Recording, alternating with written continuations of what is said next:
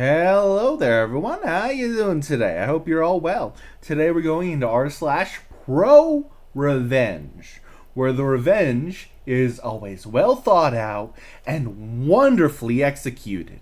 Now, if you enjoyed today's video, do these 4 things: like, subscribe, leave a comment down below, and hit the notification bell. Do these 4 things, and the video will do very well in the YouTube algorithm. If you're all set, let's get started, shall we? Stick me with hidden charges. Well, I'll show you. So this past Christmas, my missus and I purchased one of our 9-year-old son's Santa gifts from a certain UK sports retail company that may also have stores here in Ireland as well. It was a football rebounder, kinda like a trampoline that you kick the ball at and it bounces back to you. Anyway, after we purchased it from the Irish website, we thought nothing more of it. A few days go by and we get a notification from a certain brown uniformed courier company that there are customs charges due on something. And as you can imagine, we've bought many things for the kids, so we had to double check what we've ordered. And we didn't have anything left that was being imported. So we naturally assumed it was a scam, so we told the wife to call the company to find out who shipped it. And it was a different courier company based in the UK. After a bit of digging and investigating, it turns out it's our rebounder. They had shipped it from the UK via a local carrier to the brown uniformed guys to deliver to us. Now, my wife and I are both on disability, so an additional charge of almost €50 when you're both already on a fixed income is harsh, especially at Christmas time. So I told her to pay with it and I'd deal with the retailer. The first day I called, I had to call 3 times, being stuck on hold for at least 20 minutes each time. But I was patient and polite because I've worked in a call center before, so I knew these people are only doing their job. But I asked to speak to a manager and was promised a call back each time that, well, it never happened. The second day was quite similar. The third day I was starting to get a bit annoyed, so called back, waiting even longer on hold, and finally wasn't taking this stuff anymore. I told the rep that all I wanted was the €50 back because our consumer rights in Ireland dictate that a person must be informed of any additional charges on a purchase, at the very latest by the final checkout screen, and in this case there was nothing to show that, and I could easily replicate that issue by putting the same item in my basket and going all the way to the checkout screen again, and there was nothing saying we'd have to pay import charges. The rep was indifferent to the situation, but tried to help. And what he said sent me over the edge. He offered me a measly $20 gift voucher to use on their website, but more importantly, he read a statement to me. He said, "We advise our customers that there may be DDU charges, delivery duty unpaid, custom charges, on any item that gets shipped outside of the UK. I then asked him where it states this information, and he paused. He then said he actually didn't know. And I said, well, I know one thing. It doesn't say it anywhere on the transaction. Because I've checked, and because this is a violation of my consumer rights, I'm going to give this company one last chance to make things right. Have your manager call me within the next 60 minutes, or I'm going to post this entire debacle on LinkedIn and link every senior officer in your company." I then hung up the phone and waited. Yet again, no call. The next day I went on LinkedIn and followed through on my promise. I created a post detailing what they had done by sticking us with hidden charges, and that they were ignoring our requests for a manager, and everything they said and did. Then I tagged every senior officer at that company, from the regional manager through to the European directors, all the way to the CEO, and I shamed them for how they operate their company. And this, ladies and gentlemen, was now an act of war. Shortly after I posted that, I noticed they took down the item from their website in an attempt to hide this, but they must have thought in a simpleton that doesn't understand how the internet works. They didn't realize that when you searched for a rebounder on their site, it shows the item in question, so I took a screenshot of that. Then the item page was now missing. I then did a Google search, cached for the same page, and found a version from 2 days prior, happily showing the item. I then added a comment to my original post highlighting how they were trying to hide it with the evidence and trolling them for their heinous behavior, especially at Christmas. I then tagged and shamed all the senior officers again, and at this point they were really starting to get some attention, not only publicly, but 3 people in incognito mode viewed my profile. Oh my, I wonder who those could have been. So I naturally took a screenshot of the 3 mysterious visitors listed on my profile and did the same thing, commented on my own post highlighting it and trolling them for their incompetence. The next morning I got a call from a senior executive at the head office in the UK, practically licking my boots with apologies, asking what she can do to make this right. I told her I originally only wanted €50 back as it wasn't fair, nor legal, that I had to pay it, but since I had to go to such lengths to get their attention now, I wanted my €50 back, a full refund on my entire purchase, and I wanted to keep the product. That was the only thing that would make this go away. She asked for a couple hours to fix it, and I said okay. About an hour later, I got a call from her again apologizing. She asked for my PayPal address where she sent the €50, and then she refunded the entire purchase, and she let us keep the product. Obviously, I thanked her for her help, because at that stage I was just happy it was over. But I'll be fricked if I let anyone walk all over my family, even if they are a 58 million annual company. The most of the story here is don't take BS from anyone. I may just be one man, but my son's review of Santa is far more valuable to me than the opinion of some retail chain that doesn't care about its customers, nor how it operates ethically. And that, my friends, is how you are a badass and save Christmas. Show me! Okay, if you insist. I originally posted this story in malicious compliance, and a few were saying it would be great here and at r/nuclear revenge. I am a military veteran who was injured in Iraq. I only mention because it's important to the story. I worked for this company. I say company, but in reality it was a guy who owned a few businesses, and he was the richest person in a very small town. It's important to say how I made it to this situation, so I'll try to make it quick so I can get to the steak and taters, as it were. I joined the military before I even completed high school, late birthday and all that. I chose the military career path that I figured I would enjoy, and since I love working on things, I became a mechanic. So I offered a great sign-on bonus that was a bonus. I went through basic, only ever spending money on necessities, so I saved up quite a lot. Saved even more through advanced training for my MOS. By the time I was done with both, I had half my sign-on bonus and just shy of an entire year's pay in my bank account. At my age, most would have splurged, but I invested in the stock market, Bitcoin, and paid off my parents' house. A couple deployments, the other half of my bonus, and the only thing I ever really spent money on outside of necessities was my hot rod. Needless to say, I had some money saved up and invested it also. Long story short, when I was discharged, I was pretty comfortable, even after a nasty divorce. Don't get me wrong, I didn't and I don't have stupid money, but because of the divorce, a lot of stocks were cashed out and split. And if anyone follows Bitcoin over the past 2 decades, you know how that turned out. After my divorce, I worked to recover what I lost, and just keep busy. Like I said, I love working as a mechanic, and I would bounce around wherever I felt like since I was a good mechanic, and I can make money anywhere.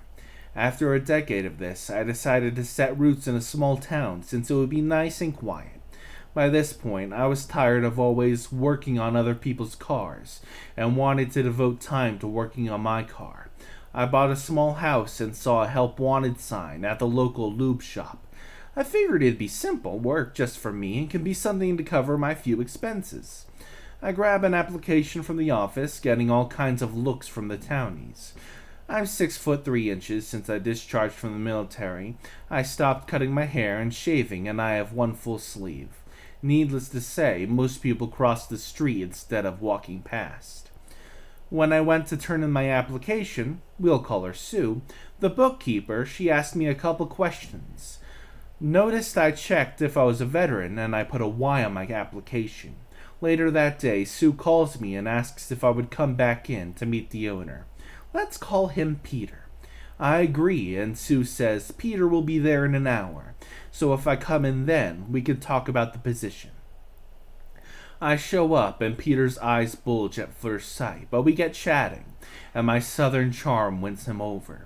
He tossed me a calendar that he had of his car collection, and asked me to name the ones I recognized. There were a couple Mustangs, a Ford, and a Brooklyn SV1, a Judge, a Demon, a Pantera, and an MXT.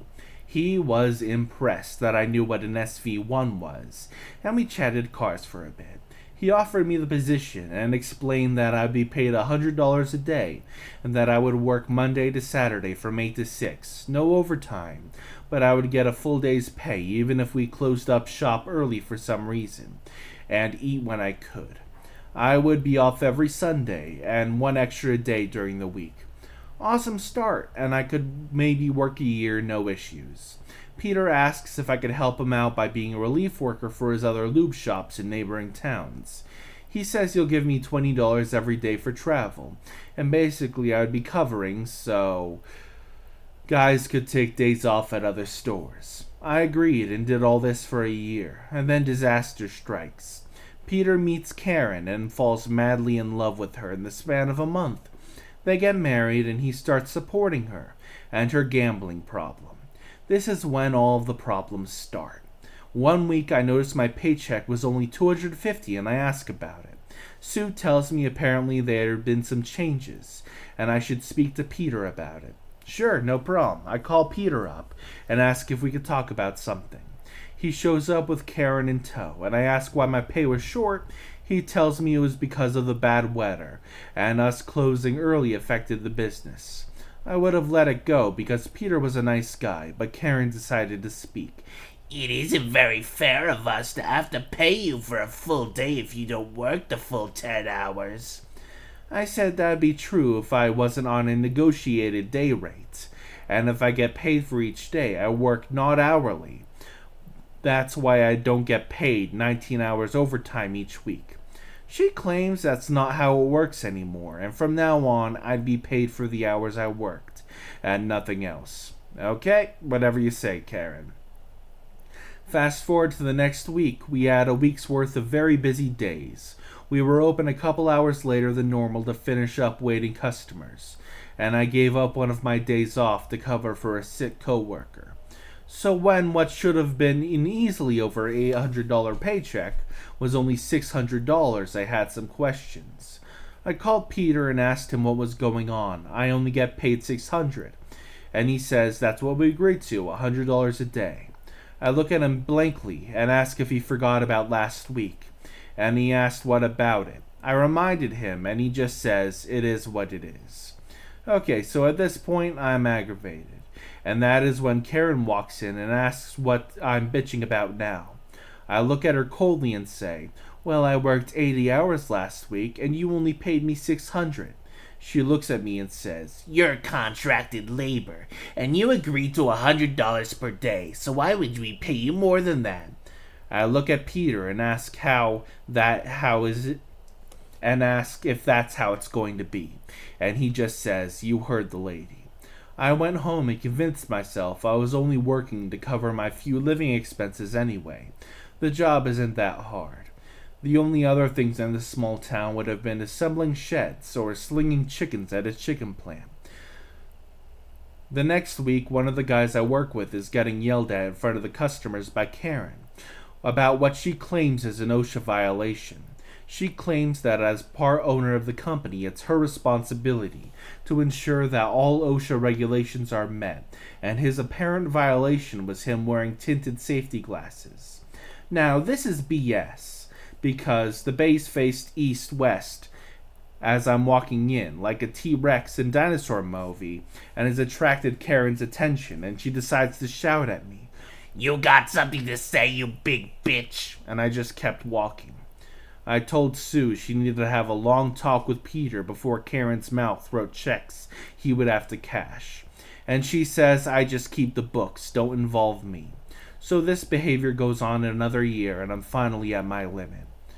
On the day I started my malicious compliance, I was in a very bad mood. I had woken up to news that a good friend of mine was responsible for me surviving being blown up in Iraq, was taken out by a drunk driver.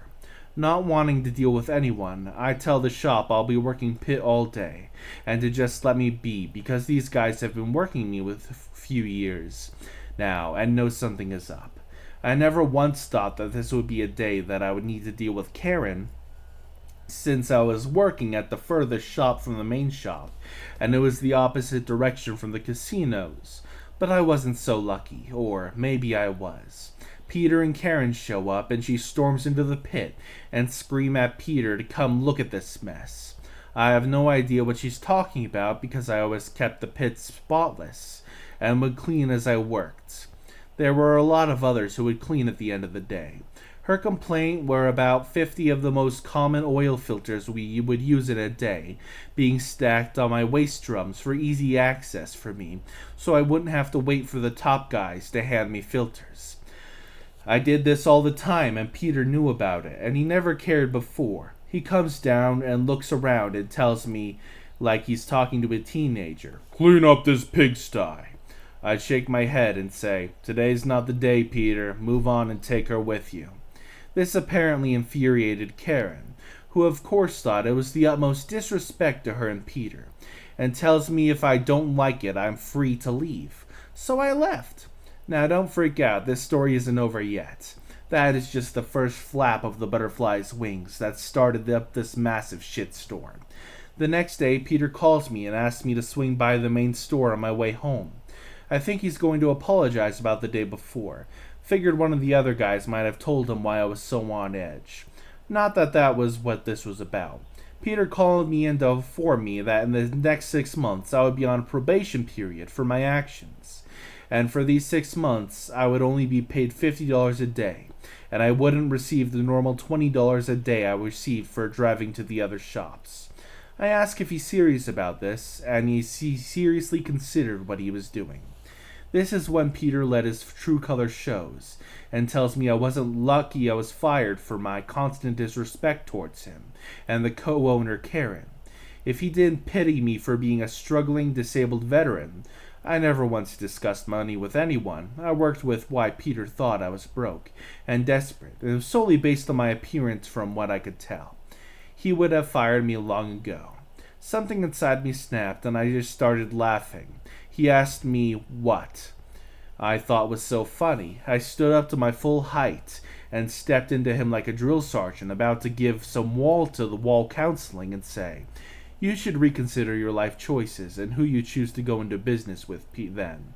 Peter then says, "What, you gonna sue me or something? Go ahead if you think you can afford what to do, get from the VA like $1,000 a month.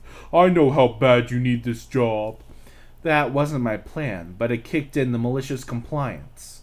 And since I'll always be a soldier, I went to war. That day, I called a labor lawyer, paid the $3,000 retainer fee, and started my lawsuit for unsafe working environment, unpaid overtime, and minimum wage violations, all the while continuing to work for him like it was glorious, but still not enough. It took about the 6 months of my probation for the lawyer to get off the paperwork together, and filed slow rolling it on my request, and this lawyer was a former Marine, so I think he had an idea of what I had in mind. After everything was ready, my lawyer filed the paperwork, and Peter and Karen served at the main store while I was at work. They read the paperwork, and the process server for my lawyers stuck around to be a witness to what I knew would be coming.